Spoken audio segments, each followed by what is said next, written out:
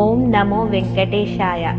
తిరుమల క్షేత్రాన్ని చుట్టుముట్టిన పవిత్రమైన 7 కొండలను సప్తగిరులు అంటారు.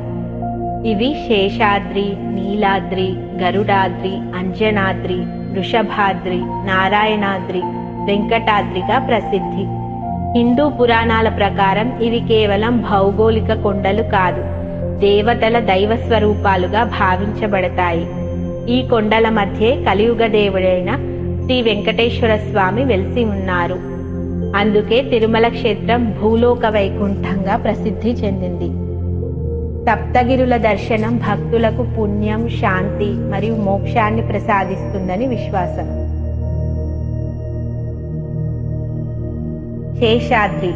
శేషాద్రి ఆదిశేషుని స్వరూపంగా భావించబడుతుంది. స్వామిని తన ఫణాలతో కాపాడే శేషుని భక్తి దీనిలో ప్రతిఫలిస్తుంది. ఈ శేషాద్రి కొండను రక్షణ, స్థిరత్వం, ఆధారానికి ప్రతీకగా భావిస్తారు.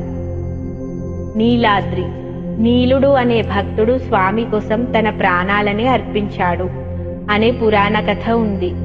ఆ త్యాగానికి మెచ్చిన స్వామి ఈ కొండకు నీలాద్రి అని పేరు పెట్టాడని విశ్వాసం. నీలాద్రి అనే కొండను త్యాగం, నిస్వార్థ భక్తికి ప్రతీకగా భావిస్తారు. గరుడాద్రి, శ్రీ మహావిష్ణువు వాహనం గరుడు. ఈ కొండపై స్వామిని సేవించినట్లు పురాణాలు చెబుతాయి.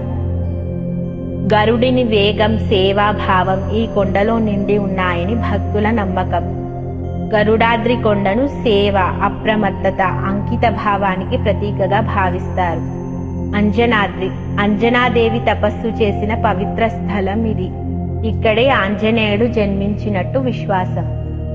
అంజనాద్రి కొండను శారీరక బలం, మానసిక స్థైర్యం, అపార విశ్వాసానికి ప్రతీకగా భావిస్తారు.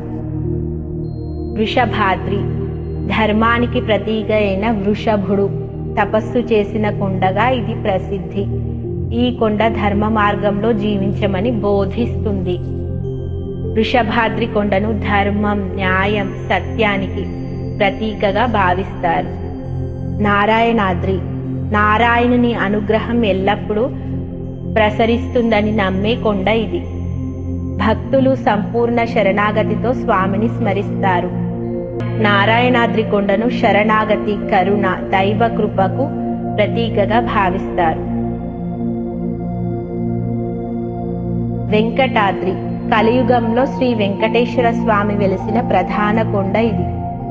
కోట్లాది భక్తుల కోరికలు నెరవేర్చే స్వామి నివాసంగా భావిస్తారు. వెంకటాద్రి కొండను మోక్షం, కలియుగ రక్షణ, కోరికల నెరవేర్పుకు ప్రతీకగా భావిస్తారు. దీని యొక్క సారాంశం: సప్తగిరులు భక్తుని జీవిత ప్రయాణాన్ని సూచిస్తాయి. రక్షణ, త్యాగం, సేవ, బలం, ధర్మం, శరణాగతి, మోక్షం